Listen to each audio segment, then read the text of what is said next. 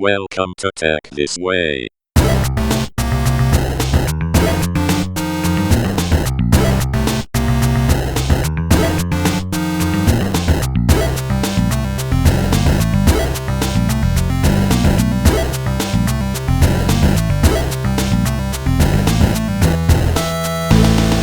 Thanks a lot for joining the podcast. Nah, cool. Kita dua je ke? Somebody else coming in? No, just you and me. Oh, okay. Alright. Oh, panjang ni takut. Yeah, saving it until we get out of this MCO thing. How are you doing? Okay, boleh lah. But the TV business is not good lah because of all this. Because the first thing that people cut in their budgets will be advertising and promotion. So can you imagine? It's not a typical 5-10%. Now it's like talking about 40%. That kind of numbers lah, gila. But you would have expected that a lot more people will stay in front of their TVs, kan? So wouldn't that translate to people want to advertise? No, that one viewership naik. Viewership memang tinggi gila. 40% naik viewership, but the money is not coming in. People are there are too many sentiments like instability of government and then suddenly COVID. So people are pulling the brakes on their AMP. So it's not like where more people will subscribe more. It's more will come in because it's advertising model. Sorry, repeat that again. You broke up. Is the more people watch TV, not necessarily the money will come in. But by right, the more people watch, by right, they should put more advertisement because you can cover a lot more eyeballs, right? The efficiency of marketing spend. But because there is a bigger sentiment, which is the survival or sustainability issue to go beyond 2020, many companies have cut down on their A&P. And that's the first thing that people cut down in their budget. So was that something? My own CFO is asking me to cut down my A&P. Okay. So before we go into the industry a bit more, you've got quite an interesting history, right? In terms of from accountant, kind of fairly standard, Big Four corporate guy, and then suddenly there is this huge swing to creatives, my creative and now TV. So I think what I wanted to do in this call is really to go back then a little bit. I think the accounting story is accounting lah. But how did from accounting suddenly goes into creatives? Well, actually, my ambition was not to become an accountant. My ambition was to become a musician and a painter. Paint lah. Okay. But inspired by Ibrahim Hussein and all that lah, right? And then one day, sembahyang Jumaat at Masjid Negara. So my dad showed me. You see that guy? He's a multi-million-dollar guy and he owns a bank and he drives a Ferrari. His name is Azman. Okay. Azman Hashim. Arab Malaysia kan. So okay lah. So he's a chartered accountant. Dia cakap, okay. Alright. So that's how I started to think about being a chartered accountant lah. But until today, I haven't owned a bank nor Ferrari. So got cheated by my dad lah basically. You could pay one. But anyway, so that one is the childhood story. But anyway, so when I came back from Australia after completing my chartered accountancy, it was the Asian economic crisis, year 2000. And I came back. I worked in PwC. I was working in Deloitte in Australia and in US, Pacific Islands. And then I came back in PwC, and then all these companies are going through restructuring. At the time, we got the CDRC, Corporate Debt Restructuring Committee, and also the Dana Harta Act. Yeah. So Dana Harta was my client lah. Dana Harta was my client. So whatever restructuring that was happening, not just within Dana Harta's ambit, but also beyond, because the people in Dana Harta, they left and they did restructuring in other companies. Rahman Ahmad and Syahrir Reza was from Dana Harta. So they were restructuring the MRCB group, which consists of TV3 and also Newspaper Times and construction companies and all that. So they had to form a group of professionals, chartered accountants, lawyers, merchant bankers, and all that to restructure, because TV3 was under PN4 at that time, suspended from listing because of severe losses. So was Newspaper Times. So they carved out all the media assets out from MRCB, right, and create a new company and transfer the listing to this new company. And then MRCB goes on its own path, and all these media assets from MRCB is grouped together under a company called Profit Tune Berhad, where the listing status transferred from TV3 to Profit Tune Berhad, and the later renamed into Media Prima Berhad. That's how Media Prima came into being. Okay. So it was Raman Ahmad cerita lah. So that was. And you were coincidentally involved lah during all that research. I was in the team of accountants, lawyers, merchant bankers to restructure everything. So we did a lot of, the bankers did the structuring, but the accountants needed to figure out how to record in the books, right? Masa tu pun Malaysia baru move from international accounting standards into their own Malaysian accounting standards. So there were a lot of things, valuation and what have you. So that was the first encounter with the Media Prima group. Masa tu belum nama Media Prima lagi.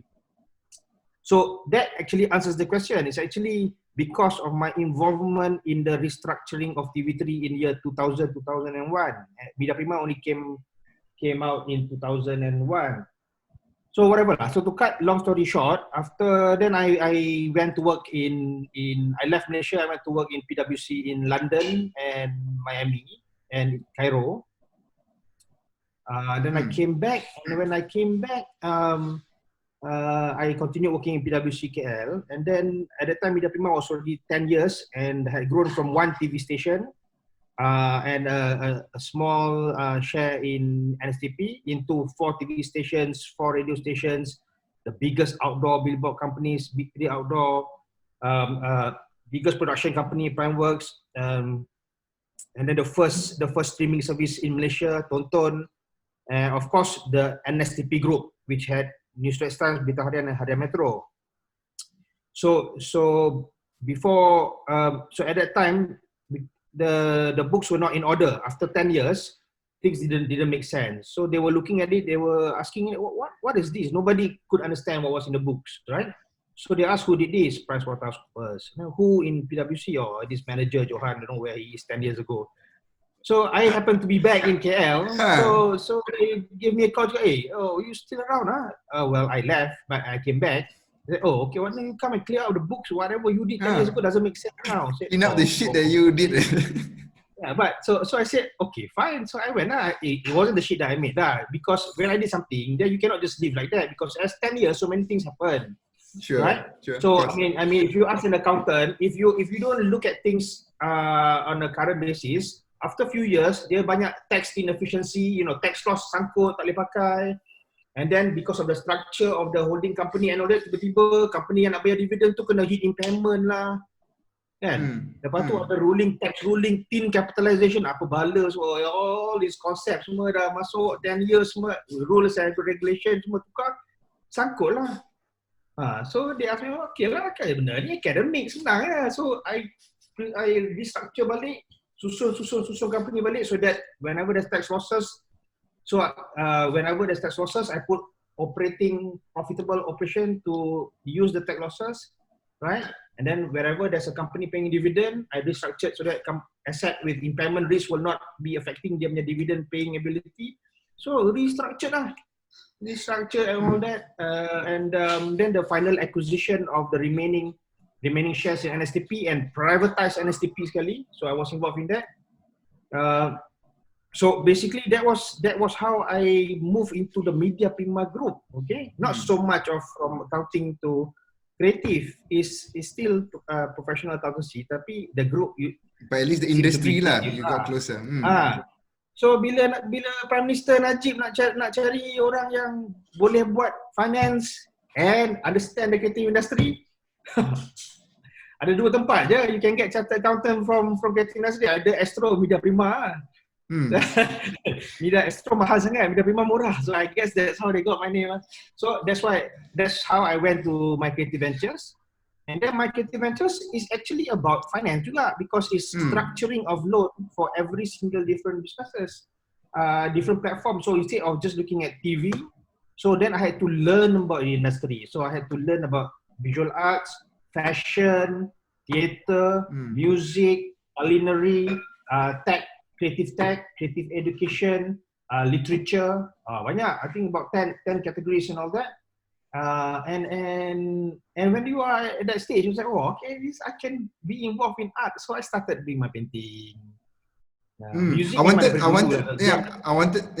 to ask. I think a lot of people have the guitar playing band thing on the side all the time, lah. But the painting part. So what happened to that during your accounting days? So jamming started when I was in the university, right? But after university, I didn't jam for so many years because I was busy studying untuk chartered though, and then working in PwC is like mad. Like I remember the worst job I did at PwC wasn't TV3. It was the demerger of Telecom International out from Telecom Malaysia, and later renamed into Axiata. Okay? So it initially was TM International lah. So that was like 3 AM every day for 6 months, man. Masa tu wahid rumah lah, gila tu lah. But I was in PwC. So anyway, before he tortured the Maybankers lah. Yeah, so the jamming didn't happen for more than 10 years, you know. Since 1999, since I started working in 1997. Since 1997 sampailah 2009. While I was in the accounting profession for 13 years, I didn't jam, just main gitar seorang-seorang kat rumah satu kan. Bila 2009 masuk Media Prima has got its own in-house band. And they were looking for guitar player, bass player. So that's how it kickstart everything.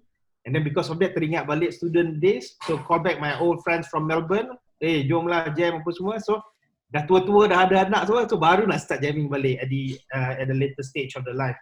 But painting is something that I pick up when I was in My Creative. So when I visited I did the due diligence. I mean the team lah, My Creative team did due diligence for art galleries, and we wanted to understand the industry even more. So there are two two ways of learning. Number one is just go around the country and visit all the creative practitioners. Like for art, you go and see the artists, the galleries, and all that.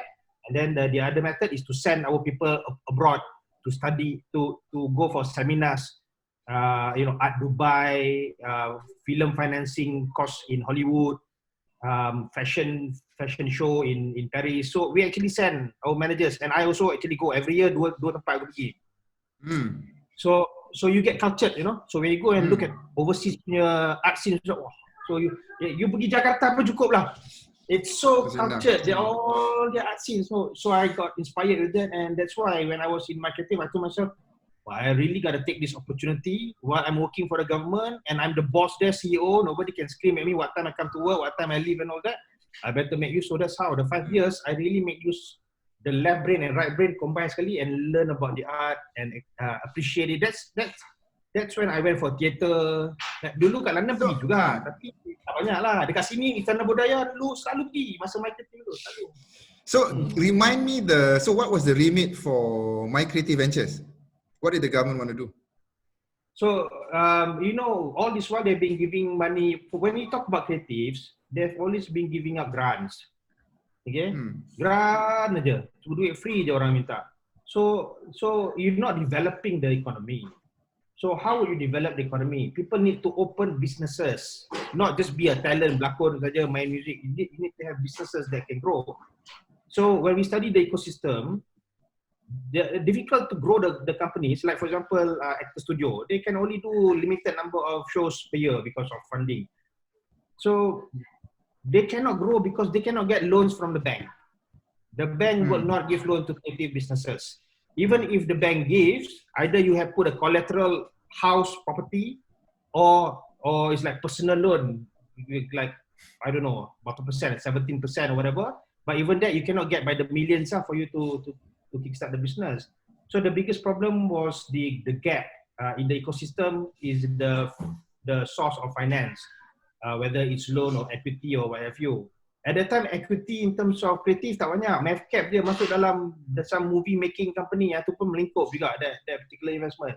Dia Jamalnya. And then not many lah. So even Kazana also didn't actually have just started to look into Pinewood Studios apa semua.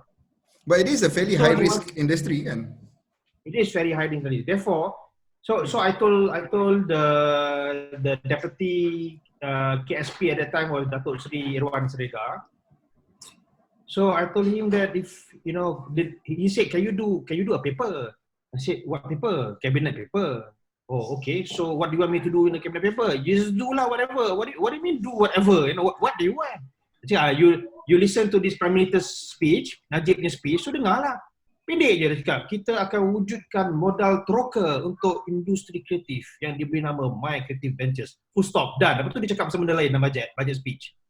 Dia cakap, apa ni Datuk Seri? Ini je, satu sentence. What am I supposed to do with satu sentence? Kau dah dengar lah tu, modal teroka industri kreatif. Buat lah. So this is when you had just left Media Prima? No, I was still in Media Prima. I was GM Finance. Okay. I was finance. I was restructuring Media Prima. The second round. The first round was because of PN4. The second round is just to figure out the 10 years. Yeah. So cakap macam mana buat ni kan masalah. So then I went to see Datuk Rahman who just started Equinas. Saya macam mana buat ni kan. So sembang ada, and then I went to see some people. I went to see Datuk Syaril Rizal. Syaril was in EPF. EPF, dah masuk EPF. Tak tahu, tak ingat lah. And then trying to figure out what to do this. So I told myself, look, I cannot find any benchmark. Nothing has been done for the creative industry like this, right? Modal teroka kan. So the closest you can find is probably macam film fund macam Dune Entertainment semua tu kan. So I was thinking, okay, since I cannot, so if I cannot find any reference, then bloody hell man, I'll just create on my own lah. So I just create a model on my own. So, but the model doesn't run far away from the normal banking punya pun. Cuma you just need the mandate to not be as rigid and as strict as a normal bank, right? So is it a loan or is it you take equity? It's both. Loan pun ada, preferential pun ada. So then I went back to Datuk Seri Irwan, cakap dia, okay, this is the model. So I told you lah, this is the model. It's a hybrid lah. It's a hybrid between VC and that venture lah, right? And somebody lended me a book about venture capital and private equity. Aku pun baca. I don't even know about VCPE pun. Dia baca semua. Okay. And then I told him, okay, I have studied all this, but for creative industry, you cannot apply all this bulat-bulat. You need to change. You need to give me some exemption. Number one is I need exemption from money lending license. Number two, I need exemption from bank negara. Okay. And then I need tax exemption. Okay. And then I need Securities Commission exemption. Okay. I need ada lagi satu exemption, GST exemption. Masa tu lah. So okay, fine. So they took the paper, presented to the cabinet and all that, and came back to say, okay, you got all the exemption except for one. Oh, okay. So what is that? You cannot be a free roaming shark. You must belong to some authority. I said, yeah lah, it's a company. So company's commission lah, kan? No. Company commission, company kecil pun company commission. So they kena belong to some proper authority. I said, okay. So I said, don't give me bank negara. I said, bank negara. So they say, okay, there is a unit under Securities Commission that monitors the venture capital. So you report to them. So when I studied, no problem. Yang ni hantar accounts every 31st March je. What it means that your year end has to be December. Okay lah, boleh. Jalan. Itu masa SSM je lah. So that's how I got to know about MVCA, Malaysia Venture Capital Association. And then because of that, then I decided, I better join this so that I can learn a lot more. So I went in, they made me counsel and then made me treasurer. So I learned, So I learned from the likes of Jamal, Dato' Azam CMS Opus. So I learned, and then I send my creative team. Oh, there's another one, another wish list that I gave to Irwan. Cakap dia, don't give me bloody government officers. I say, I will hire my own people. I said, okay. So he said, okay. So I hired accountants from Ernst & Young, from PwC, and then lawyer from legal firm. And that lawyer now is already deputy chairman in finance and the head of legal in Media Prima. And then I hired merchant bankers. So I hired this guy, Izwan, who's now the CEO of PUNB. He was my chief investment officer lah. Okay. Izwan. He used to be in RHB Sakura and I don't know how many other merchant banks. And then his last post was GM Treasury for Proton. So at that time he got somebody caught under internal audit and he felt that his life was not safe or whatever in Proton, so he left. And then I hired him as the chief investment officer lah. So now he's CEO of PNB. Bagus lah. And then my partner in crime in Media Prima, there were 2 GMs for finance, me at the group level, me and Riza. So I pulled him to be my CFO. So my bosses in Media Prima were so angry with me lah at that time. So that's the whole story about my creative. So then when we structured that, then at first it was difficult because all these merchant bankers, accountants and all that, they've got predetermined risk assessment in their head. I said, look, you assess whatever it is that you have to assess, everything will be no. And then I will allow you to take more risk by this much. So they based on that feel that they get, the risk by how much, and the criteria of what I said, what will pass the exam, the due diligence. That's how we managed to decide to put loans or preferential into all these companies. So where's where's the creative and artistic evaluation in the team? Okay, so those people at the start, at the beginning, they don't have much knowledge about the creative. So I asked the board, give me the budget, I will send them to study. So I will send people. So all the managers and above, semua every year boleh dapat budget, every year 2 tempat dia boleh pergi. So pergi France lah, pergi Russia lah, pergi apa semua lah. Memang pergi, tapi kena cakap dia nak pergi course apa. So aku tengok lah, performing arts ke, apa nama, web apa, dia ada web apa, yang dekat Ireland tu, web apa tak ingat. And then I myself, I went to Hollywood to learn film financing. And then ada yang belajar pasal art financing, ada yang belajar pasal fashion and marketing seminar. So macam-macam lah. So we send people all over the world to learn, and then when they come back, right? When they go, they have to come back and do a presentation of what they learned to the rest of the company. So every time kita buat gathering, sebab 30 orang je my creative. So every time kita buat gathering, siapa yang balik dari overseas akan present semua orang, so semua belajar, ambil notes. So can you imagine kalau ada dalam berapa manager? 1, 2, 3, 4, 5, 6, katalah 7 manager dengan 3 directors, okay? 10 orang ni pergi 2 tempat setahun, dah 20 presentation, and you imagine within the space of 5 years, the knowledge that came in from overseas through that method. So we, and then after 3 years cukup lah, we were able to just, bila masuk meeting dengan siapa, we just able to reference, okay, in Russia macam ni, in China macam ni, macam tu. Semua orang macam mana kau orang tahu benda ni lah, kau tak baca lah, betul lah, padahal ada budget lah pergi kan. That helps. So that one I made it clear to Tan Sri, I made it clear to the board. If you don't, there is no benefit of you just being a book administrator. Macam tu baik, apa, jaga grant je, tapi we're not just giving loan and then biar tunggu dia bayar agreement, tak ada. We sit down with them and help them structure. Dia bisa jalan.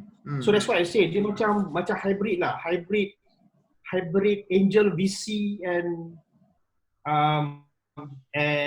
banker lah basically kan. So that's why the model is you cannot benchmark anyone lah. You just buat sendiri and then try to figure out how to ni. And it was okay lah. Alhamdulillah, that 5 years, the NPL rate was only 2%. That's pretty good for that industry. But sekarang ni teruk sikit. Sekarang ni teruk banyak because it started off with the change of government to Pakatan itu. A lot of government policies change and some of them that rely on certain policies couldn't make business, and then COVID apa semua. So sekarang ni dah 30% kot NPL. 30, tak tahu, I don't know. Tapi dah tinggi lah 30-40. But for that 5 years, the NPL was only 2% because their business was running, not as fast, tapi it was running lah. Now, the other thing I forgot to mention is not just about the risk appetite to when you do the assessment, whatever model, the credit assessment, and you tweak with the weightage and all that to make it more credit, not risk averse, okay? There's also the structuring of the loan itself. Kalau normal loan, you expect them to pay at certain time, right? Very rigid. But this one, we study the cycle. Each company will have the different cycle. So kalau fashion designer, dia ada autumn, winter, spring, summer. So dia punya loan tu, working capital, revolving credit tu, dia pinjam, bayar, ikut that cycle. So macam movie, dia tak macam tu. Tak dua kali. The movie, dia ikut project basis. This project, katakanlah for the movie pre-production, production, post-production, masuk cinema, nak tunggu lagi cinema, kira bagi balik. So, a space of 18 months gitu.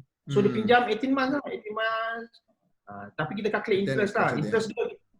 Interest, you cannot benchmark because interest if you benchmark, it's kalau benchmark dengan Hollywood or banks punya, bank yang bagi loan apa semua, it's like 12 to 17%.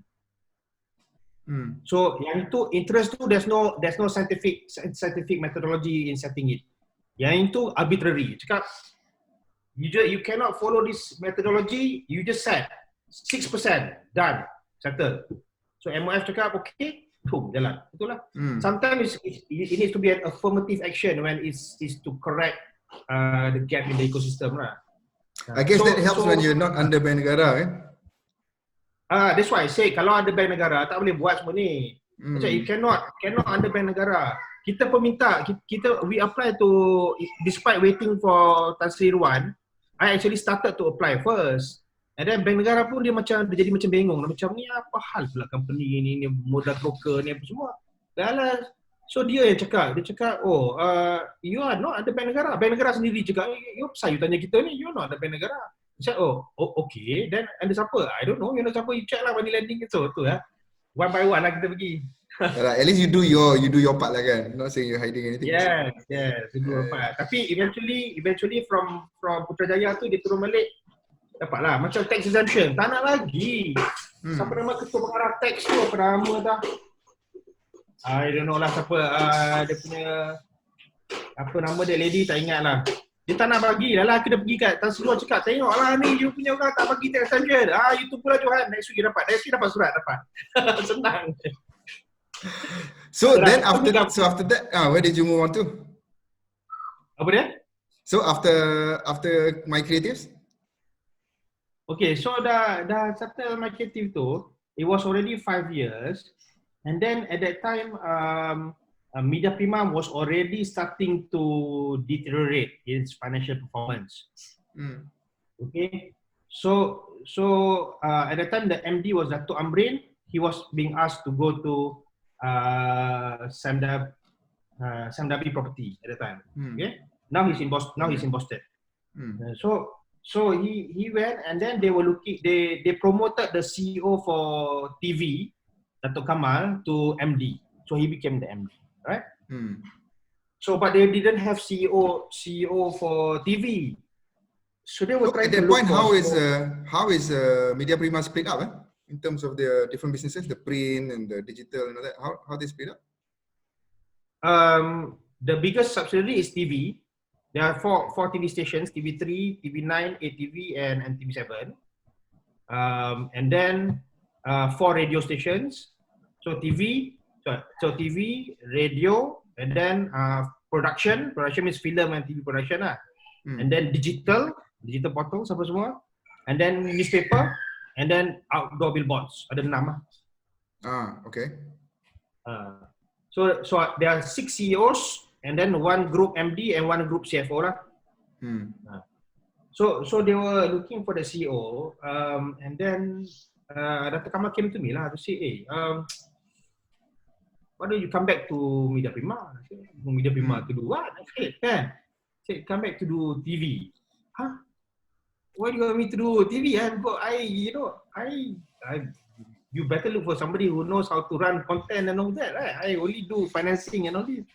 And he said, look, we are having problems. Now, if I put, yes, you are right. Normally you will put people who are strong in creatives to drive it, and then hopefully the CFO will manage this guy, right?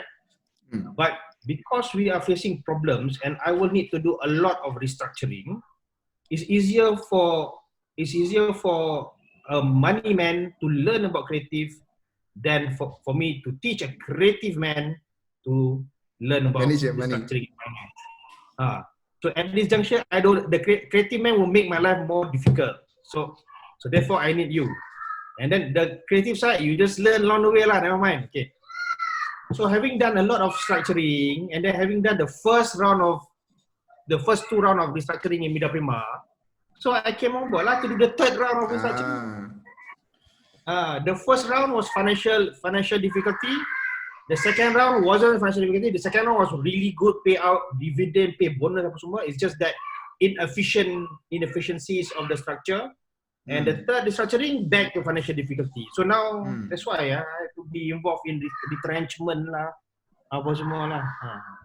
So help us understand a bit, how was that first day back in Media Prima third round? So what did you do? What were the problems?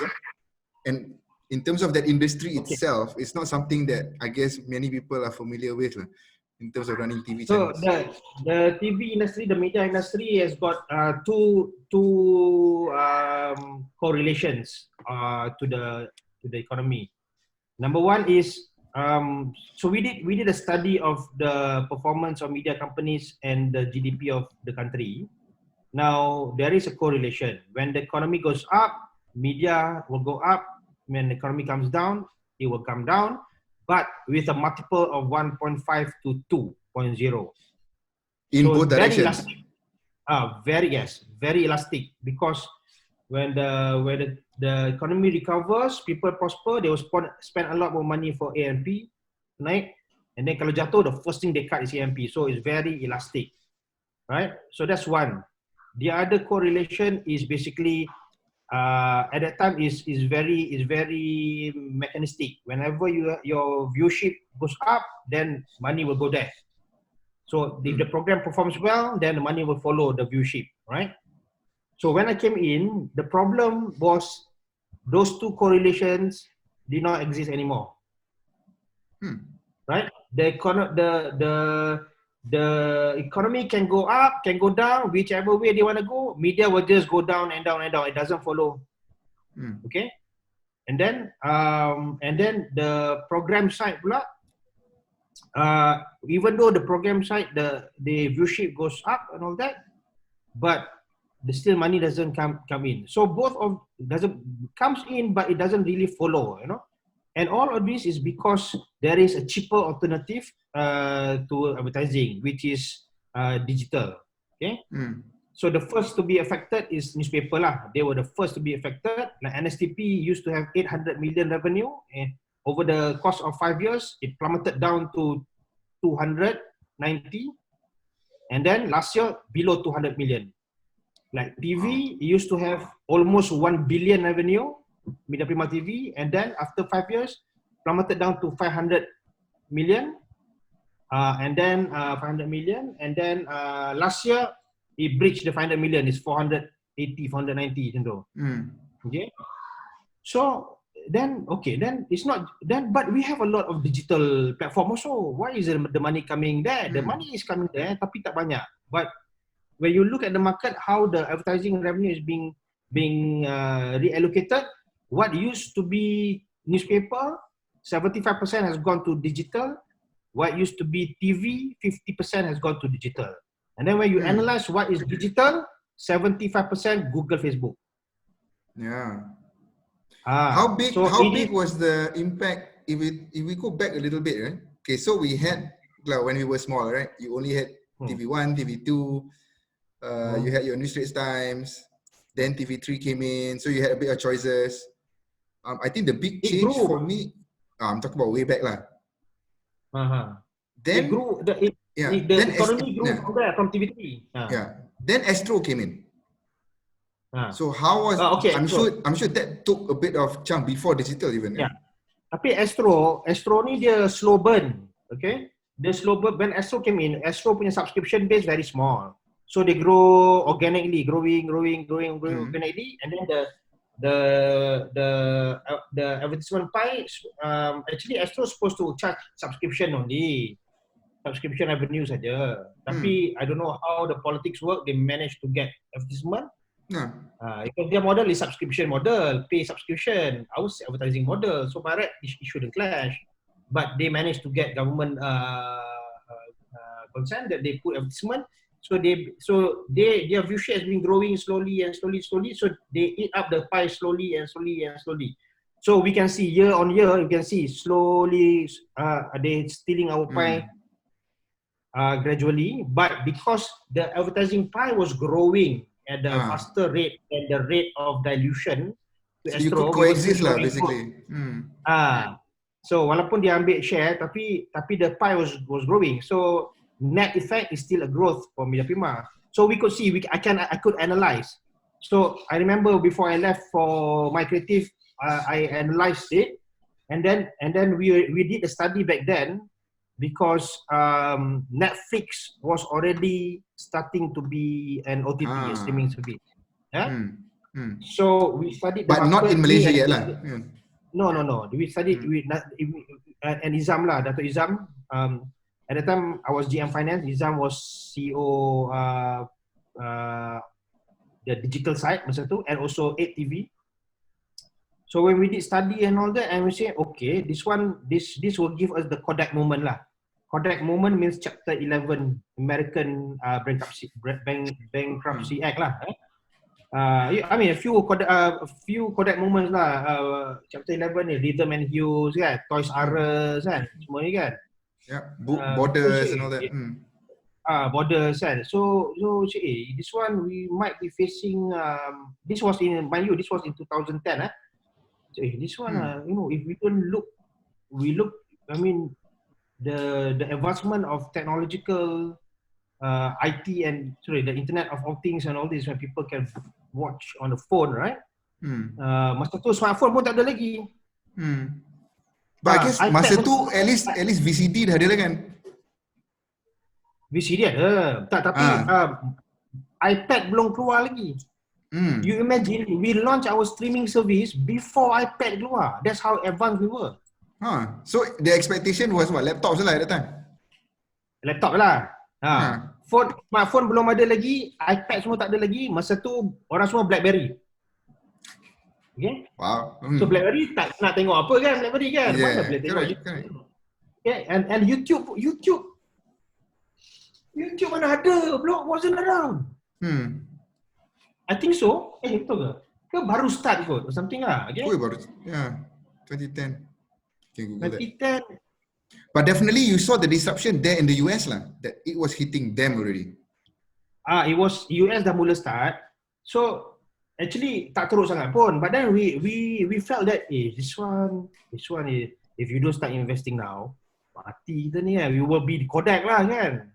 After all, Kodak invented the digital camera, but then other Koreans and Japanese overtook them. So we were the first streaming service in Asia. Japan semua tak ada lagi. We started off. We developed it with Essential at that time. Tonton ramai. So we presented to the board, and that's how the board approved lah. Board approved for us to start Tonton.com ramai. So we started, and then of course the gestation, it was a loss making lah because baru nak start kan. Then shortly after that, I left and joined my creative lah. So YouTube was 2005. So I guess it took about 5-6 years lah, baru sangat lagi. So kalau 2010, that means YouTube was around. YouTube that 5 years, YouTube was like just belum pervasive lagi lah. Nanti their patience really fantastic 5 tahun ya. So the money, so we thought, okay, then kalau TV. So what were they streaming at the time? I mean, you guys, and in Media Prima. Whatever content dekat TV kita push keluar tonton.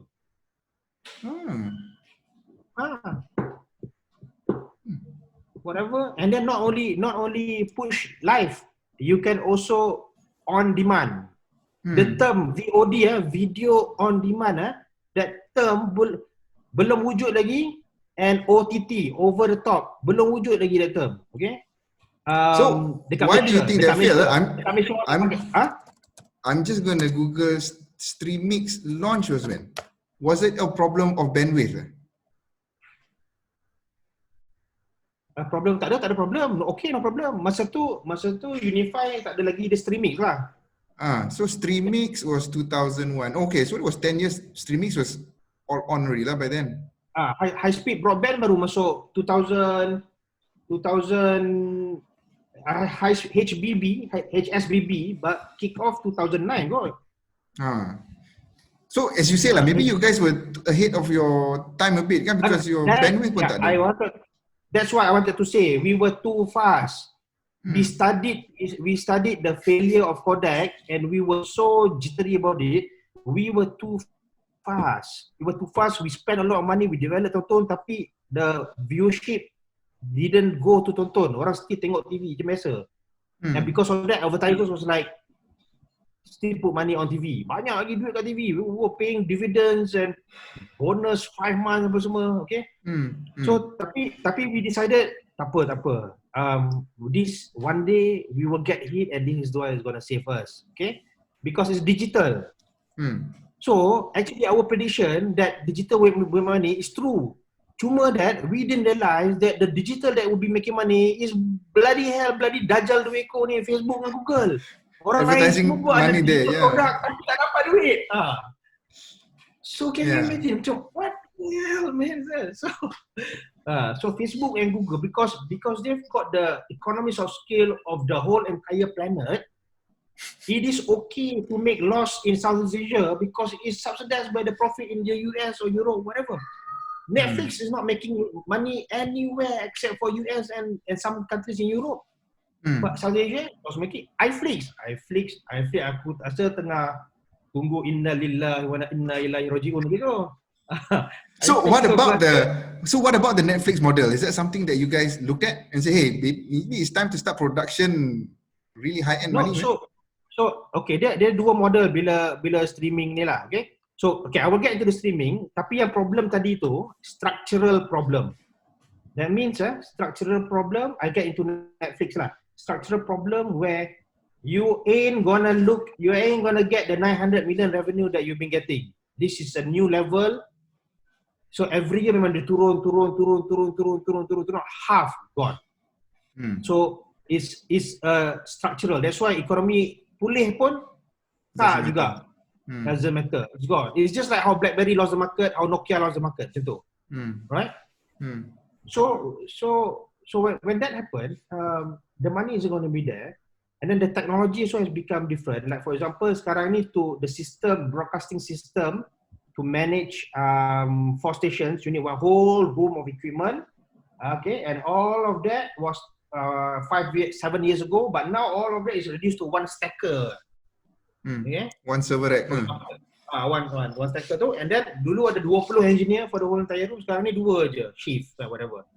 So space, cost, human resources sudah berubah. So when it's structural, not only structural in revenue, but structural in the cost structure also, then you gotta get rid of the people lah. So that's why restructuring was one of the components that we look at, right?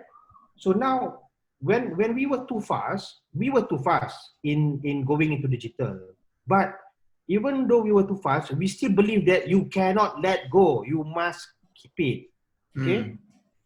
But the problem later on was you keep it, but the money has been stolen away by Facebook and Google, whose the money not recorded in Malaysia, and they don't pay tax. The money goes to Ireland or some other tax haven countries or island, right? So yang Azalina started to nak tax Facebook dengan Google semua, and then bila dia dah kalah, Gobin masuk, Gobin pun trying to do the same kan. Lepas tu sekarang Gobin kalah, sekarang ni minister baru Saifuddin Abdullah ni tak tahu he will pick up or not, but I will have a session with him lah soon. Tadi pagi dah jumpa dah kat TV3 dia datang. So but the tonton, we need to keep tonton, but the problem with keeping tonton is it has existed for 8 years. This was in 2017 when I first came back. existed for 8 years, but it's like bleeding like nobody's business. Why? What kind of business model is this? My first board meeting as CEO, the board told me we want to pull the plugs. I cakap, baru masuk kan. I'm trying to learn what's happening. You want me to pull the plugs.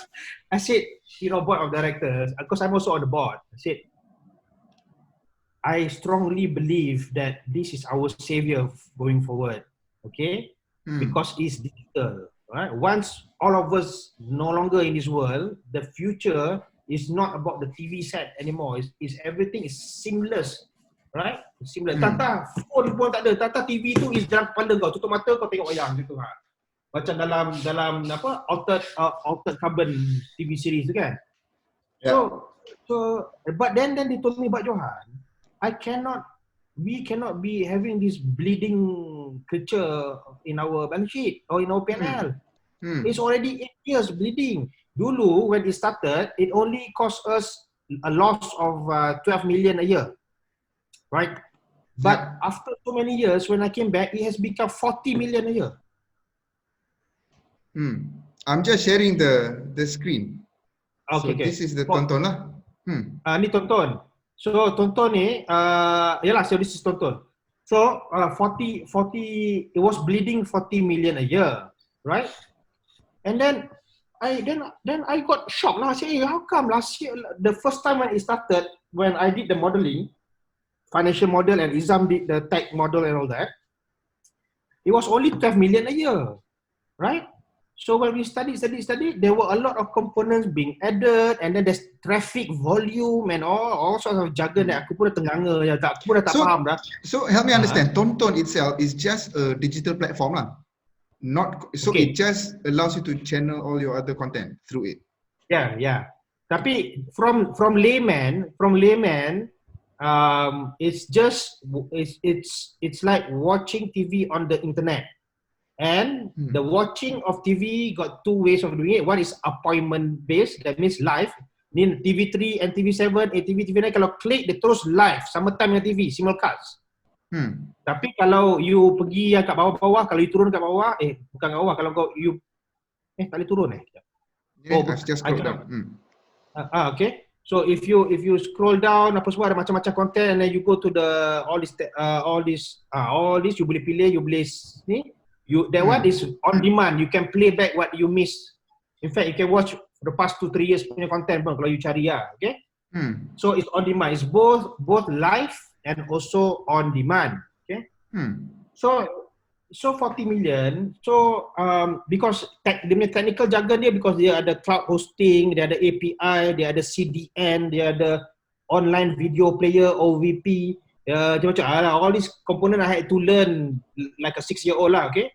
And then each component tu ada dia punya cost dia. So it's like what, it's like instead of building the car, you're not an expert in manufacturing a car, tapi you nak juga buat kereta. Dah lah, you pergi beli engine daripada Italy, you beli chassis daripada US, you beli exhaust daripada France, you beli apa bala lagi, aircon daripada Jepun, lepas tu you buat kereta. So lala dia jadi mahal. So yang ini pakai Amazon punya teknologi, yang ini pakai Uyala punya teknologi, ini pakai tak apa bala. So then I was like, ini apa hal ni kan? So I told the board, you know what? Let me find, Tonton must exist, but let me find a better tech solution. Can you imagine? I'm not a techie, man. I'm an accountant. Tapi I will have to rely on some tech guy lah. So Rafiq lah, CEO of Media Prima Digital. So I sat down with him and I start talking like a 6-year-old. He starts talking like a mad scientist. Trying to figure out to meet somewhere in the middle. Because I will question him like an investor who doesn't know what the technology is. You tell me, why should I invest in your company? How does it work? Ada macam tu. Just like how somebody trying to convince VC dengan PE, kan? Tapi VC PE tu orang tua macam Azam yang apa kau ni, aku nak invest company buah aja yang kau nak bagi tech ni besar macam tu kan. So last after dah faham apa semua, then I ask one crucial question. If I decide to open a blog called Johan TV, right? johantv.blogspot.com, right? Okay? And then I pakai YouTube, okay? And then I pergi curi TV3 punya content. I pergi panggil engineer mana, pergi tap dekat Astro punya satellite link. curi, I ambil, I letak dalam YouTube and I put the YouTube in Johan TV. Blogspot. Blogspot. Okay, so if you want to watch all this, you just pergi kat my blog, play. How much does it cost me? Well, you have to pay the engineer to curi the content. Okay, let's say if I tell the engineer, hey, you know what, you do this, I don't pay you, tapi you become my business partner. Any profit I do, you take 40%, I keep 60%. How much does it cost? Zero.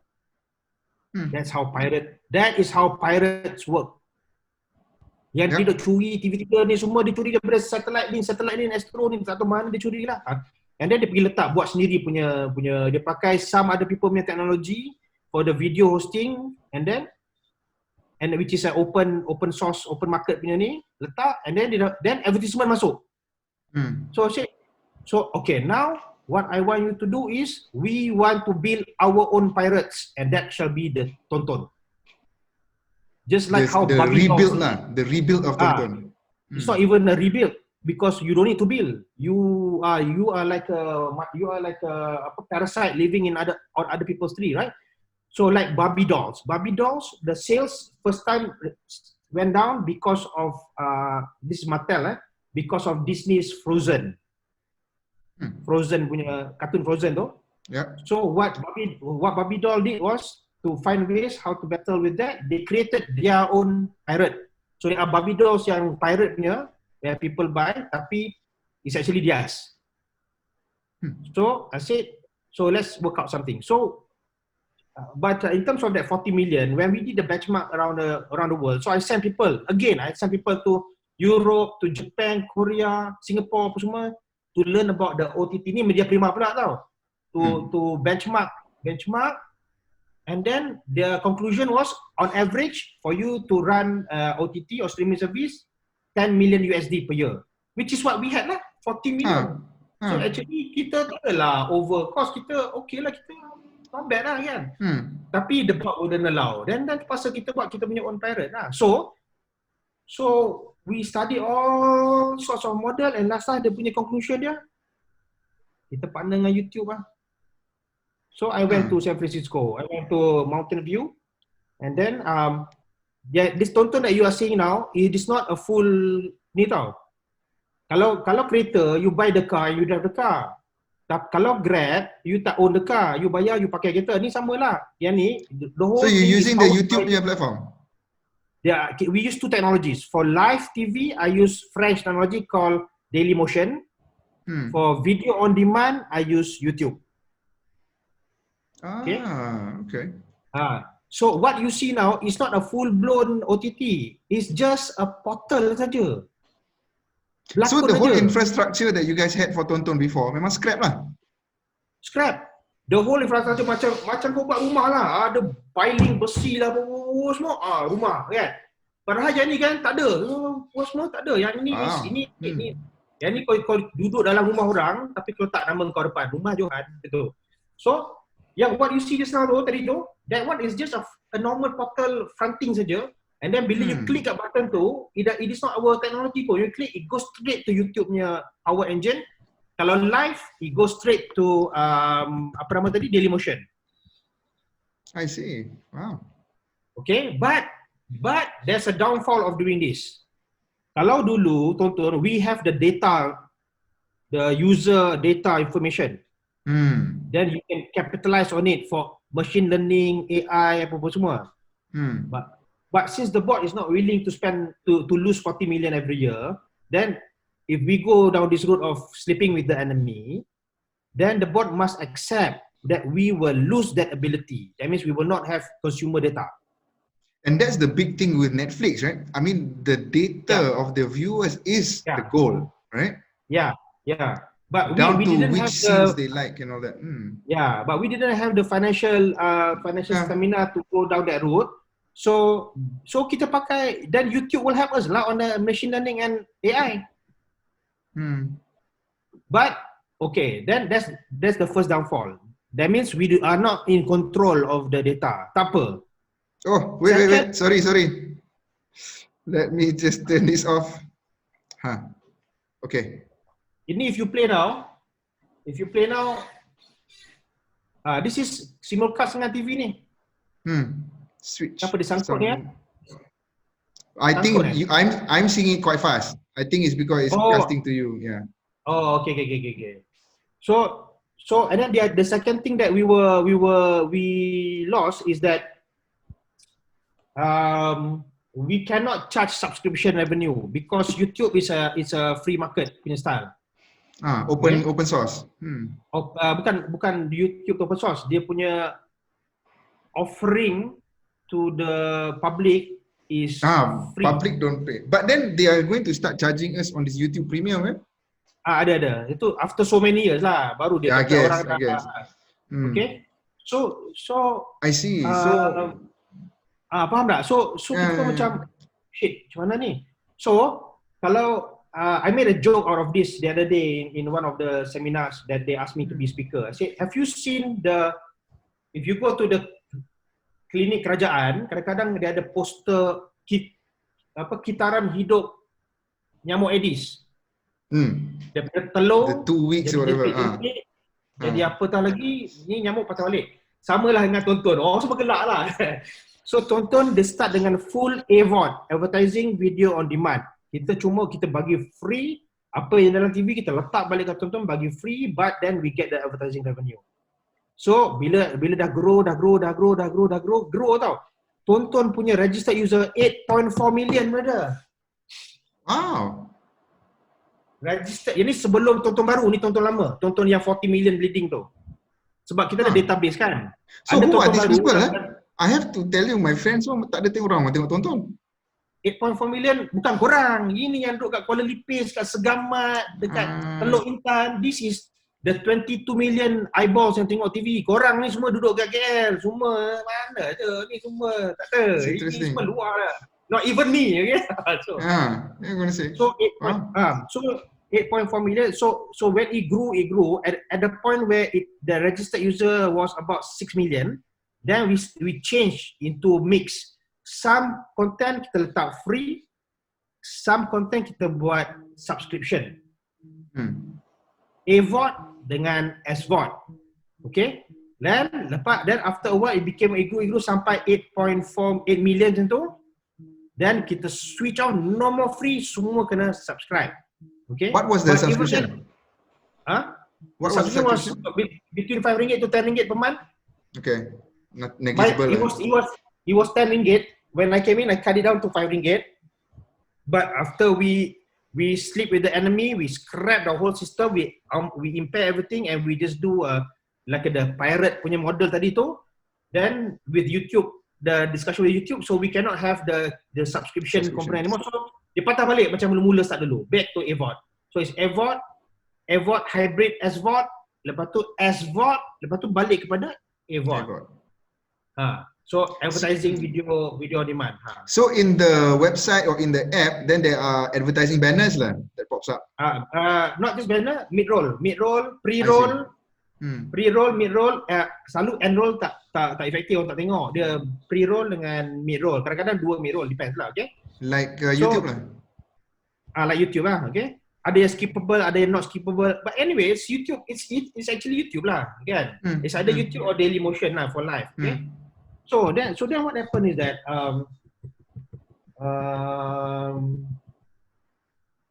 so I said, look, okay, fine. We are sacrificing two big things.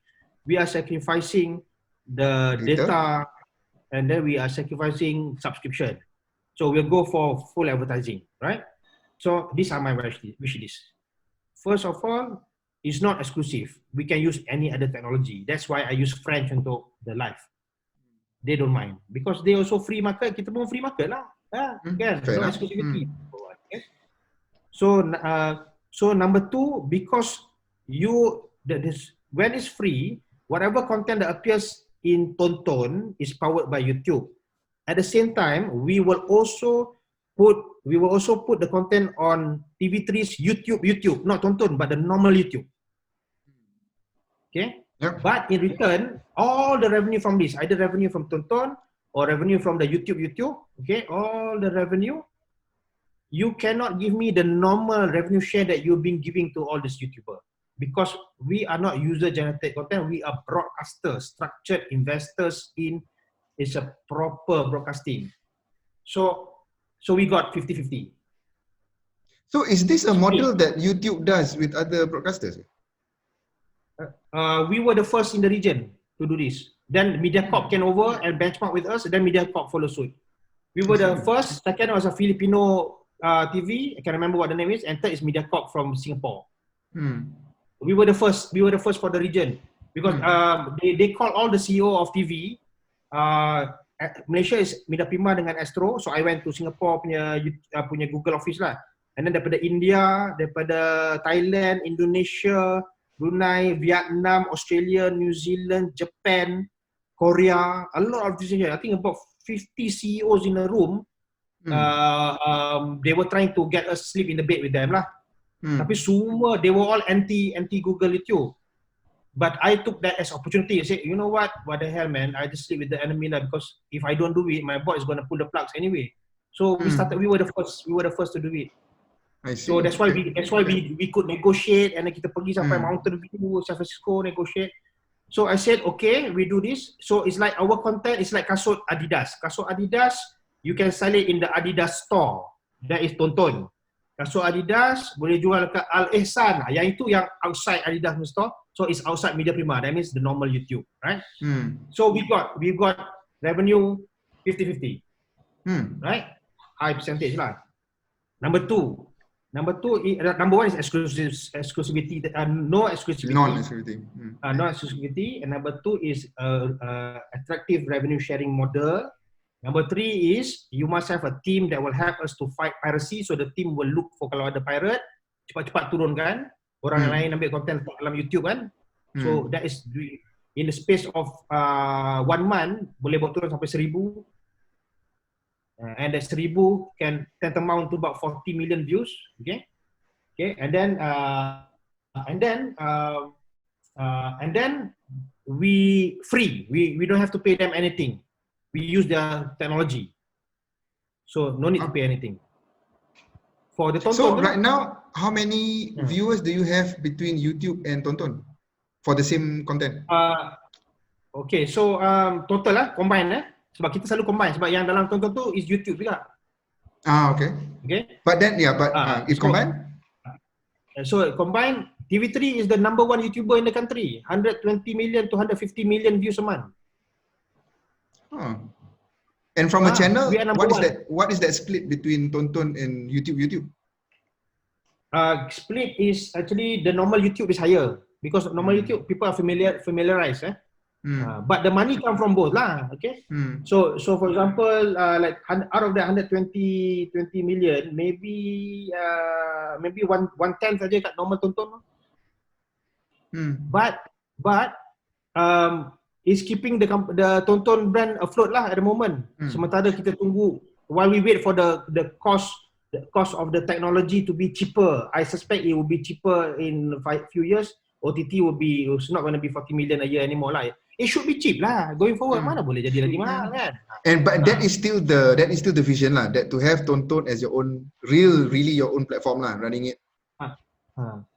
Yeah, it's still the vision. Sekarang ni kita dah tak boleh. Tak apa, kita tidur dulu dengan enemy. Bila besok ni dah jumpa girlfriend lagi cun, kita buat balik sendiri. Tengoklah macam mana. So kalau if it doesn't cost, why is it possible? Because we 10 years ago when we wanted to build a redundant site, that means business continuity plan. Kalau something happen dekat Sri Lanka, switch over to this kan.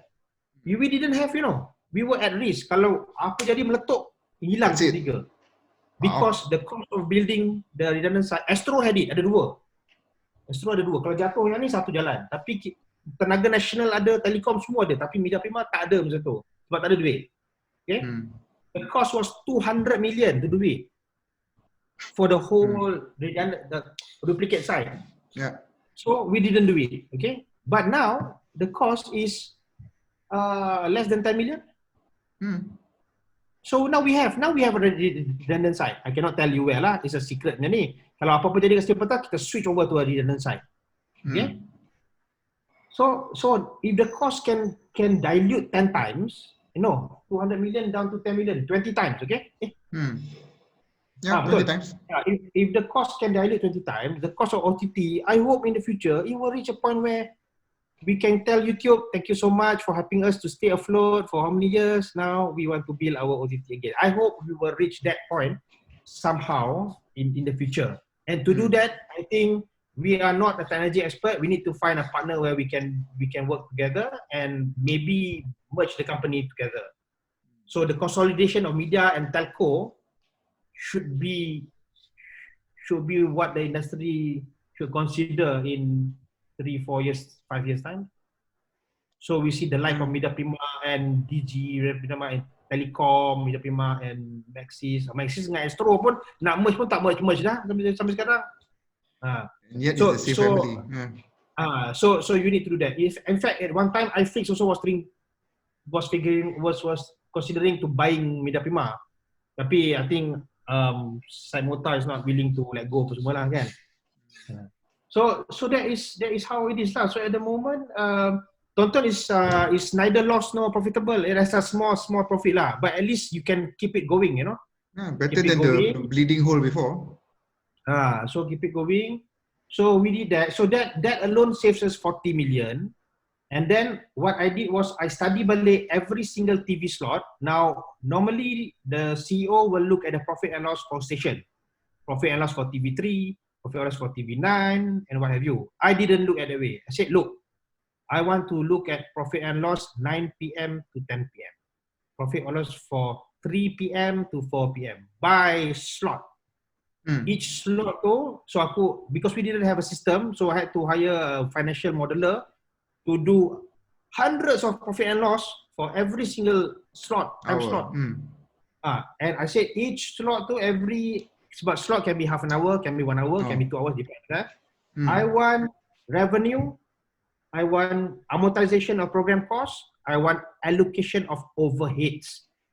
Go and get from finance, kira how many spots, divide, simple je maths, letak kat situ. And I want you to put a formula in there where if it is lost, the cell becomes red, and if it is profit below a certain percentage, it becomes amber.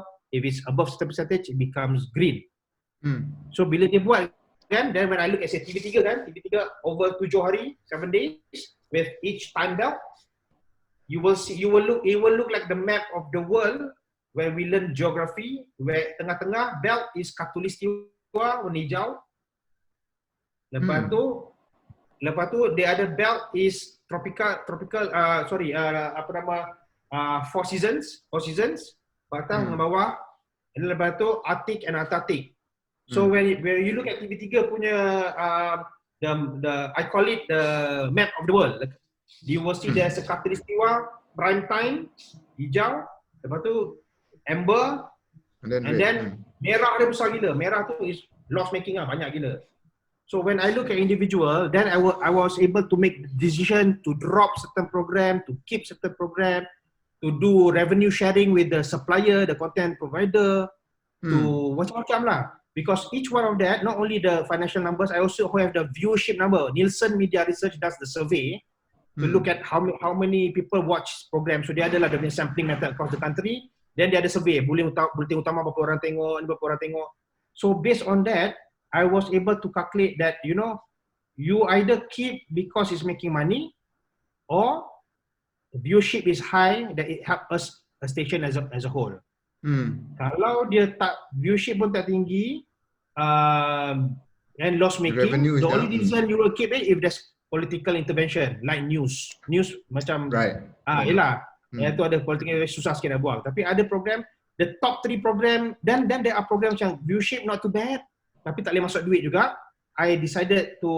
Some of it I decided to reduce, some of it I decided to let go.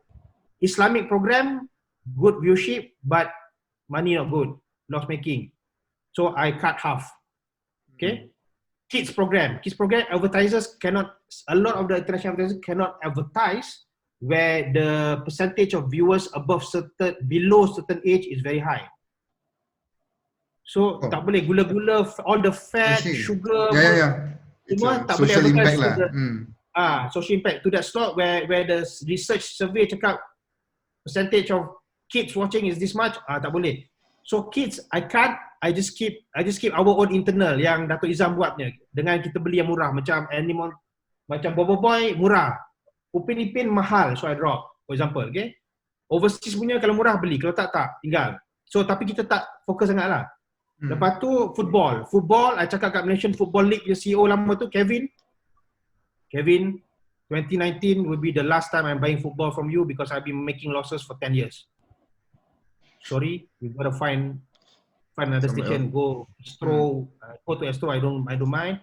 I'm not buying. Okay. Actually 2019 I wanted to drop. Lepas tu dia datang balik. Okay. Flip the model. You don't buy from me. I buy your airtime. Dia cakap. So flip lah. Then I charge that time, dia bayar airtime, tu letak. Lepas tu whatever revenue dapat, dia recover dia punya cost dulu yang dia bayar tu, minimum guarantee. Lepas tu baru kita share 50-50. Okay lah. Dia ingat dia boleh buat duit. I dah tahu dah, dia memang tak boleh buat duit. Dia kononnya dia ingat TV3 ni bodoh, tak reti nak jual advertisement, aku boleh cari duit. Dia ingat terror, dia try lah, tak boleh. So still not covering that cost pun. They're still paying lah. Dia tak boleh. So drop sekarang ni TV3 tak tunjuk bola langsung, TV9 semua tak tunjuk. No football. I'm not gonna pay. I nazak dah. Settle. Okay. So then what do you focus? So we focus on news because news making a lot of money, and then we drama series, okay, and entertainment series. Entertainment is like what? Concerts. Anugerah juara lagu, music, lepas tu I Can See Your Voice, melodi, macam-macam lah. Okay. Yang lawak-lawak jenaka ni semua, yang berlawak-lawak ni semua, entertainment lah, okay. That's all in the green band lah. But talk show doesn't make money, tapi it's necessary for DNA of the station and for us to layan politician apa semua. Malaysia hari ini, suara rakyat semua, the one is for strategic reason lah, even though it's not making money. So there are certain things that you still keep even though it's not making money lah. So tadi tonton I say 40 million, yang ini I say 50 million. Dah 90 million. Lepas tu I renegotiate balik all the contract to go for revenue sharing apa semua instead of outright buying. So that's another 10 million also. Right? No. It's not. It's about 20 million kot. Okay. And then it's about 20 million. And then dah habis buat semua restructuring tu, then only I look at the efficiency of revenue per head count. Right? Benchmark again all the TV stations around the world. I cannot remember the number already. But we study back and then we found that there are a lot of dead wood in the organization. 35-year-old company, banyak sangat deadwood, yang orang efficiency very low apa semua, pemalas apa semua. We made a point for the few years back ni to do a proper assessment of their performance because bonus tak ada pun, kita tak boleh bayar bonus pun. So kita betul-betul bila tak ada bonus, orang tak kisah whatever the performance record shows. But little do they know that I'm gonna use that as a basis, right? Kalau tidak aku kena dengan labor law ni. So kalau aku ada benda tu, aku lepas labor law. So yang mana yang low performance, disciplinary problem, domestic inquiry, guarantee dah ni. And then kita ikut labor law and then we reduce. So we reduce, TV network used to be 1,100 staff, now is 570. Halved. Not quite half, 40% lah kot, kan? Even more. Yeah. So habis kan? So that save another 30 million per annum. I haven't seen the result yet because dia baru 15 March was their last day, the 300 people, 400 people though. But going forward, a full year, 2020 is not a good year because of COVID, change of government. Hopefully 2021, I do not know lah. The revenue is one thing, big problem, but at cost at least I have reduced it by 140 million. 140 million, okay? So we have been showing losses of about 100 million, okay? For the past 2 years, okay? No, the first year 100 million, second year 100 million loss. Last year was 20 million loss. So 2020 was supposed to be my year of glory. Yeah. Sepatutnya, because why I say, because dia macam J curve tau. Johan kan, J kan? So loss, smaller loss, lepas tu profit. We went into profit Q4 2019. My first quarter profitable. I was so happy. So I was thinking 2020 will be my glory year, and then my contract pun habis, so it doesn't matter whether you want to keep me or not. If you want to kick me out, at least I say I went out dengan style, profit. Kalau aku stay, I will put more effort trying to drive it further. And then suddenly change of government, COVID, habis man, terbengkalai terus man. Dia tak J, dia jadi S gitu macam ulat kan. But then you have to say that's not your responsibility per se, right? Because the market just dived and tanked. Yeah, I know, but doesn't matter. As a CEO, you just have to figure out how to get things up kan. That's So true. but tapi bila dalam rekod tu, kalau you sempat nak tunjuk cantik, dia naik macam tu, tak apalah. Ini baru je nak turn black kan. Baru je turn black kan. Lepas tu dah jadi ni macam Alah, so, Amazon pun kadang-kadang quarterly losses, quarterly up. So okay lah. So I mean it was a very painful process lah, because for the entire media prima lah. For TV alone 300 people lost their job. I do not know where they cannot find job anywhere, you know, because Astro pun buang orang, RTM is already terlampau ramai dengan orang, dia nak kerja kat mana? These are all very specialized TV punya orang. Kesian no. But you know, if I don't do all this, the whole company will PN17 lagi sekali. Yeah. Dulu dah PN4 dulu dah tukar number kan, PN17 sekarang kan. Dulu PN4 in the year 2000, sekarang takkanlah 20 years after that. Lagi sekali again, PN4 start PN17 ni kan. Yeah. So lepas tu so now I do not know what else to do with the cost, you know. Dah gila babs dah.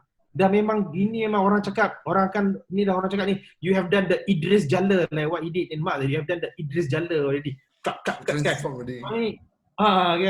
Idris Jalla means potong cost, jual aset tapi mana revenue tak masuk. Itu masalah dia. It's a negative connotation lah basically. So tapi Dato' Idris Jalla is okay lah, dia friendly lah with me. So sekarang ni revenue. Macam mana ni? Aku dah jam kalau tak aku.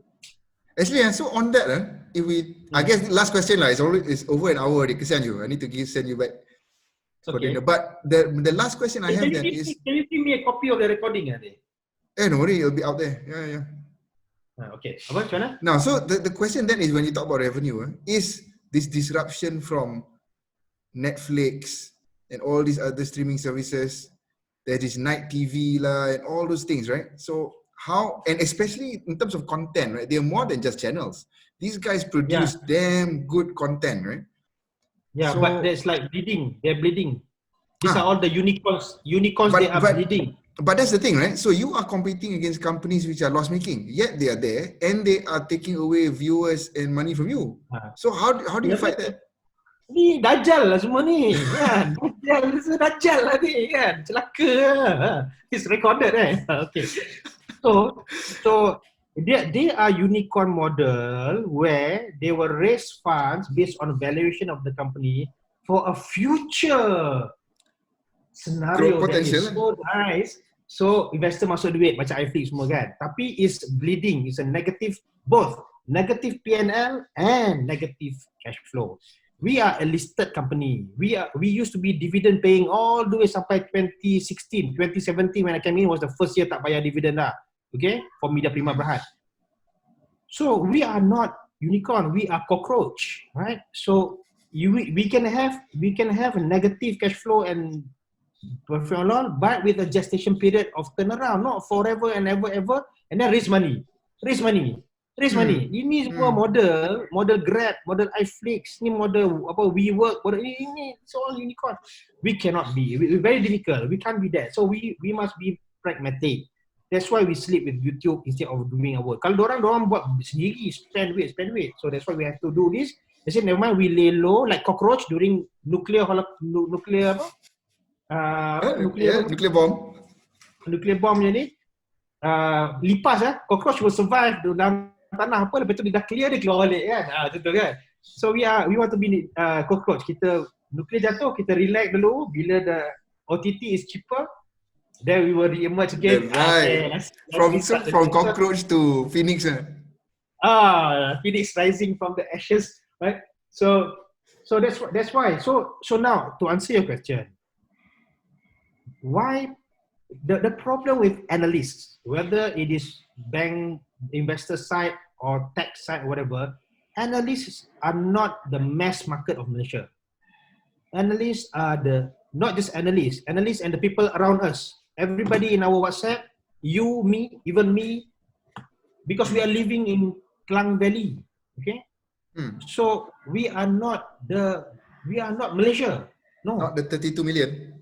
We are niche, but we've got same characteristic as the mass market of Singapore and mass market of Australia. Whatever is the profiling of Australia, the whole country of Australia, the profiling of the whole country of Singapore is the profiling of only Kuala Lumpur, Penang, JB sahaja.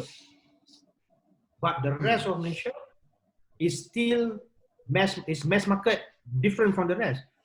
TV3 punya model is surviving on that. That's why when I came in, when I changed the programming to be very fresh, urban, it destroyed NTV7. Because I listen to people. Oh, you have to do this, you say tengok Netflix apa semua. We spend money, we do program yang gini apa semua, kita collaborate dengan Singapore, collaborate dengan various urban night punya ni. Tak jadi, because it is not about the 5 million people who is dispersed between KL, JB and Penang. It is about the 22 million eyeballs across the nation. Averaging of 3 people per house, there are 7 million households, right? So these are the people who are watching TV3. Now, population Malaysia 30 million, 32, right? Minus orang yang kat hospital sakit, tak boleh tengok TV, budak-budak, baby, bla bla bla apa semua. The identified statistically based on Department of Statistics government punya and Nielsen Media Research punya combined synergized data analytics, out of 32 million, 22 million are identified as TV watchers. 22 million. So 22 million is 2/3 of the population. Okay? Right? That 22 million, right, lives in 7 million household. So average 3 lah, okay? So maknanya orang yang tengok TV ni on average is husband and wife, anak seorang macam tu. Maybe lah kot, tak tahulah. Maybe ada banyak orang yang tak kahwin, maybe the skewed the averaging lah, okay? Then out of the, okay, so when I talk about 22 million, drama series after it has run about 6-7 episodes, dia dah dapat attention of orang kan. Dia punya unique viewers cumulatively halfway through the season, it can reach as high as 12-13 million. So that is already half of the eyeballs, ataupun 1/3 of the population. Okay, so how? Okay, like for example, in the month, this month because of COVID-19 apa semua, and also in the month of May 2018 masa change of government, right? In that month alone, our news, we got 400 million views. 400 million views sounds a lot, but it's logical because the statistic shows that it came from 17 million unique people. 17 million rakyat. 17. And if you take 400 million views, divide by 17 million, you will get 24 times. That means that 17 million, each one of them on average watch our news 24 times in the month of May 2018. Logik tak? Logik lah. Memanglah logik. Once a day. Bulan ada 30 hari. Dia out of 30 hari, 24 hari dia tengok. Logik lah. So I'm seeing the same number now masa COVID ni. Dah aku punya ni dah rising. So sekarang ni dah not the same as May 2018, tapi it's already going up to 300 million, and then the viewership has gone up and up. So okay, my point is that is the mass market. You are making money from that mass market. So if your product works, don't let other people come and tell you, ini produk tak bagus lah, buat produk ni. Because they do not know about these numbers. I know. Every company ni research kan. And then it's not trade secret. It's not even trade secret, I can tell you, because it's been published by Nielsen. It's been published. I keluar BFM cakap, kita write about it. It's been published. So we know. So that's the thing lah. So we have to cater for the people who we are serving lah. So Netflix for example. So kalau I cakap, if I say that if I say that we have for everyday lah, for everyday kita ada dalam katakanlah unique viewers daripada pagi sampai ke malam lah, sebab orang masuk keluar kan. Kita katakanlah kita ada 7 million, 6 to 7 million lah kan, right? Watch TV, okay? But Netflix punya number dia ada 500,000 saja subscriber. 500,000 and then each subscription ada 4 viewers. Yeah. 1, 2, 3, 4. So 2 million. So when our Media Prima digital team went to buy the data from Comscore and all this, true, they only have 2 million viewers. 2 million viewers, and then iFlix. Number one is actually view. Netflix, and then the view, and then iFlix kat bawah. Okay. So compared to TV yang kita dapat sampai 6 million, so it is still small. And then dia punya household dia 500,000. Our household is 7 million. So I think Netflix and all that, yes, it will affect because people who watch Netflix tak tengok TV pun. Yeah, I guess. Except for the news lah. Except for the news. So they don't watch TV pun. So I don't. If I'm not the CEO of TV3, I don't think I'll watch TV.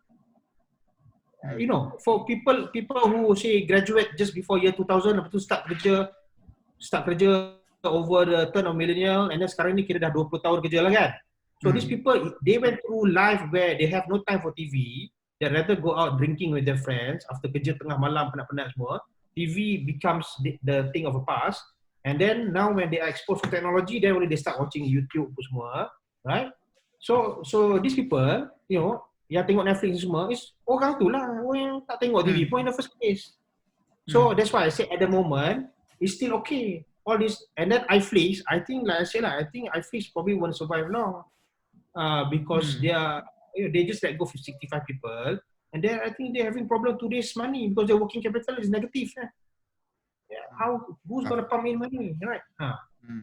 So and then and the rest are small, view small, and then small. Like for us, Tonton itself is small. Tonton itself is probably about 1.6 million kot macam tu. Tapi if we take 1.6 million user lah, okay, but because it is not just that, because it's an extended model of the YouTube thing, so it's 150 million views a month.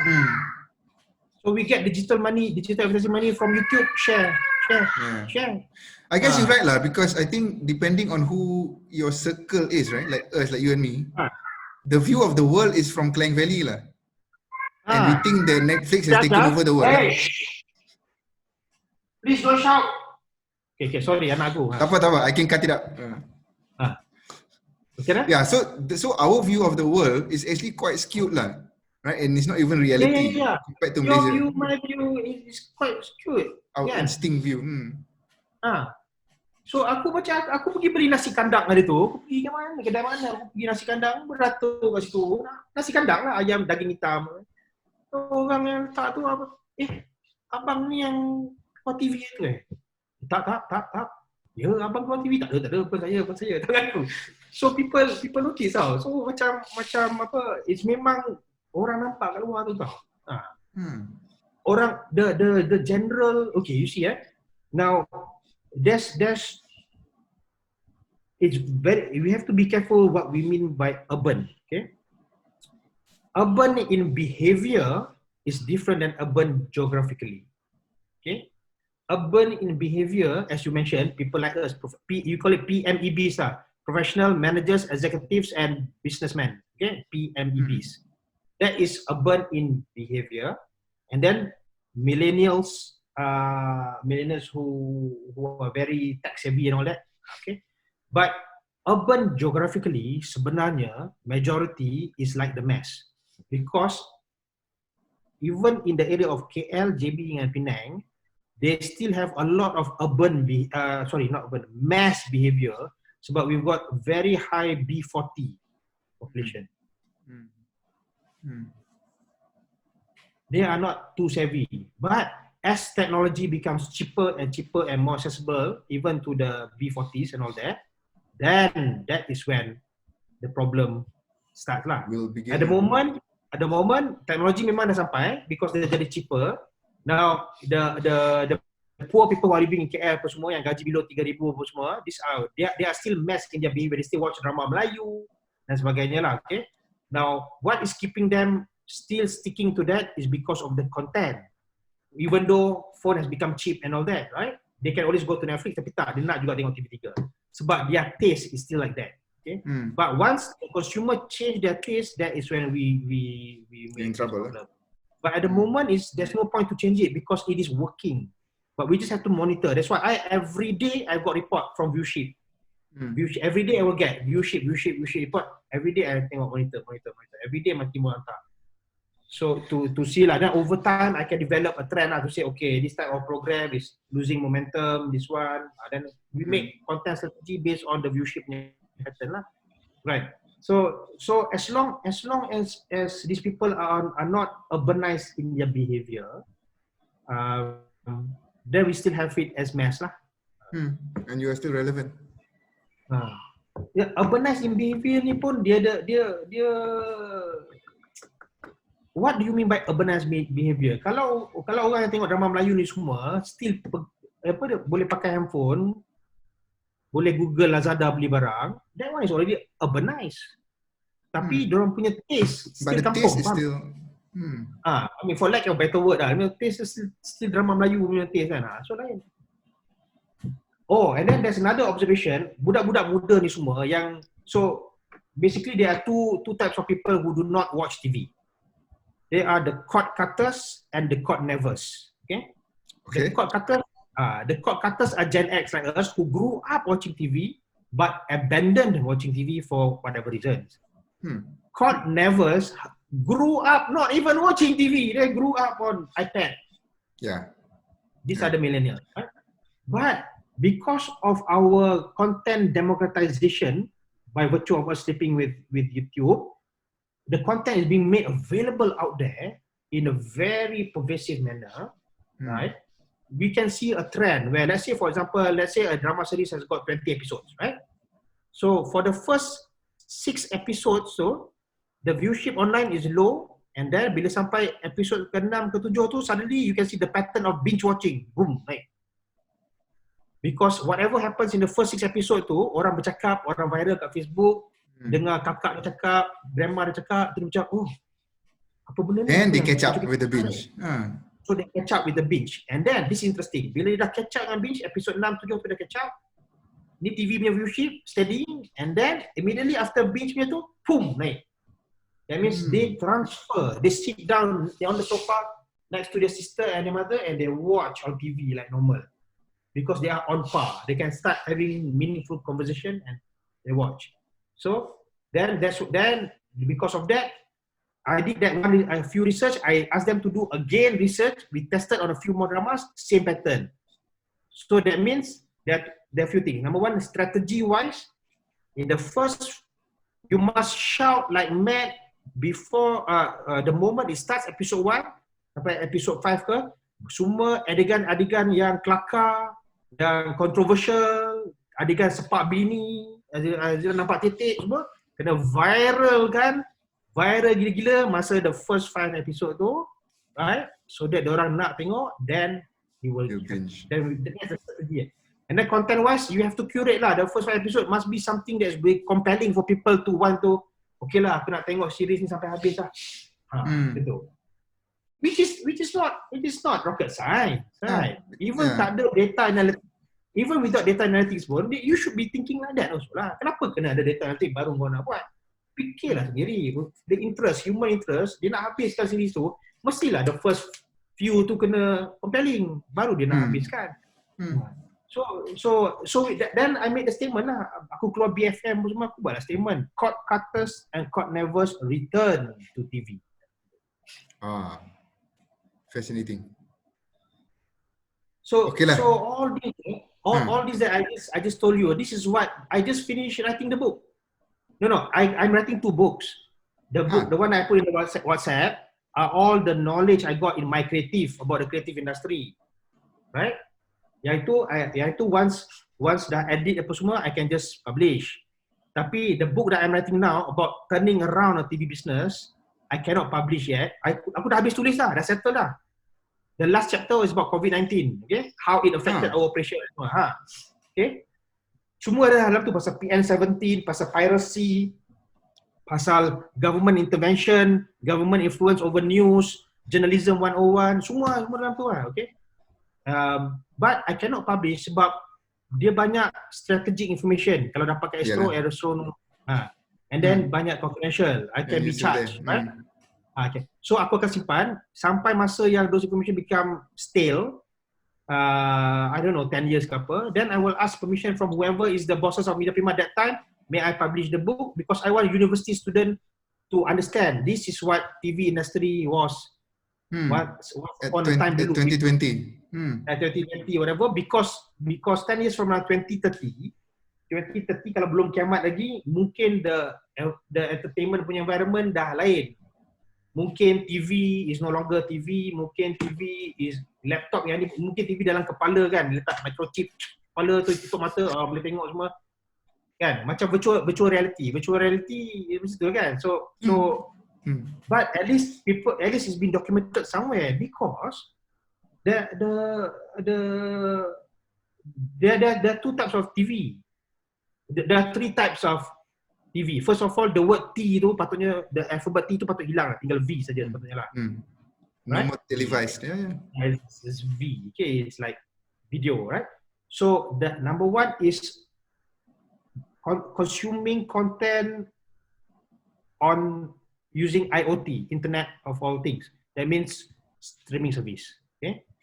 Then the normal traditional TV ada dua. One is pay TV like Astro and Unify, where you have to pay for subscription, satellite or broadband. Another one is free to air, like us, which is relying 100% on advertisement. Okay. Now, pay TV is Astro conquer the market. It's like monopoly lah. Unify no match lah. Unify berapa je. Free to air, the largest is Media Prima. RTM tak boleh lawan, orang lain semua tak boleh lawan. Kalau nak tengok kan, out of the household kan, 35% watch Media Prima, 55% Astro punya channels. Tapi Astro punya channels, 55% tu is over 180 over channels. Dilute. Tapi kita punya 35% over 4 channels saja. So naturally kita punya per channel basis bigger, right? And then tinggal berapa? 35 tolak 55 tinggal 20. 55 tolak 55. Tinggal 10 lah. 10 tu share lah between RTM1, RTM2 dengan Al-Hijrah lah. Al-Hijrah 1% je kot. RTM1, RTM2 boleh lah 6% each ke macam tu lah. So because we are part of the industry, and if nobody document all this, then the knowledge, the history, the knowledge of the TV industry will be gone. So that's why I decided aku kena tulis buku ni. Then why is it supposed to be now instead of it being written dulu? Is because now is when we are facing the digital disruption. Right? And now the transition is now. Our potential product moment yang kita takut ni. And now is the change of everything. Now is the age of piracy, the age of fake news, the age of digital semua. So I think now is when we should write, because it's a transition period into this new era, right? So I think it's good time for me to write. So itulah aku tulis lah. That's cool, man. University student boleh pakai lah nanti. Boleh study lah, boleh study balik. Macam kita study apa the industrial revolution of the Europe semua kan. Yeah. So these are all the different phases kan of entertainment. And yeah, it's true. Even 10 years from now, you may not even be watching YouTube anymore, right? Everything is like 5-second TikToks. You never know. All the shows are. I know. So I tell you, even the content, okay, kita ni selalu complain tau. Apalah TV3 sekarang tak best macam dulu. TV3 sekarang semua drama Melayu je. I don't like lah. Dulu time aku pukul lepas news di A-Team, Knight Rider, MacGyver. Sebab dia punya consumer preference lain dulu. Dulu semua orang nak tengok American. Tapi over the years orang dah develop semangat nak tengok ni Melayu punya. So diorang dah tak nak tengok American dah. Local content. Lagi satu, dulu the decider of watching TV are our fathers. And dulu a lot more of the head of the house were English educated. But because of Malaysia punya education policy, which started from Merdeka, those people who are parents now are parents who learn education using BM medium. So they are a lot more BM prone. Dia lagi banyak cakap Melayu. So that is what made the profiling of the mass market now. The mass market masa kita kecil was more English. Because a lot of them dulu sekolah apa belajar English. Sekolah sebelum Merdeka. As a medium. Sebelum Merdeka. Even dekat kampung pun boleh juga cakap English, pakcik-pakcik ni semua. Sebab banyak orang pergi English school apa semua. So sekarang ni berubah. It's because of the nationalization, Merdeka, the use of perkasakan bahasa Melayu. So that's why dia punya profiling sekarang ni macam ni sekarang. And we don't know what will be. In After fact, this, I kan? missed It will be interesting. that one in my book lah. I didn't write about that in the book. It's not too late. It's not too late. It's not out yet. Time for an edit. Maybe in front of chapter 1, I put chapter 0.5 and just set the scene first kan. And you have to say lah, it was due from the conversation on the Tech This Way of your podcast. It was brought up. Tapi I think the perspective, I do not know how you're going to use this recording for, but I think for the record lah, since you are recording, normally when you have a tech talk, you want to know about how the technology is being developed, how you commercialize and roll it out, right? But this conversation is a bit weird because it's about a traditional business that is trying to embrace technology, right? At the same time, not only embrace, but it's embrace and fighting with digital disruption. Go ahead. I don't want to call it digital disruption. I want to call it digital opportunity. But the more I try to make it a digital opportunity, I've been pulling, it pulls me back into the mindset of digital disruption. That's how difficult it is. It's very difficult to be positive. That's why in many of my write-ups, I call it as demonic digital. It's really demonic, seriously. People lost jobs. Media Prima let go 1,000 staff over the past year. So it's really tiring lah. And then of course you've got issues with the labor law, with the union, the politicians and all that lah. Yeah, that's true. Hey, okay, Johan. Thanks a lot for spending almost 2 hours, man. Yeah. On this chat. So, but before I end, there's one important word that I didn't mention throughout, which is quite weird, which is very important anyway, is we cannot be focusing too much on the platform. It doesn't matter what the platform is because consumer will change the way they consume, but the content is where you need to focus. So content is king. Now, platform is agnostic. So we are a content company, but platform agnostic. So that's what we want to be.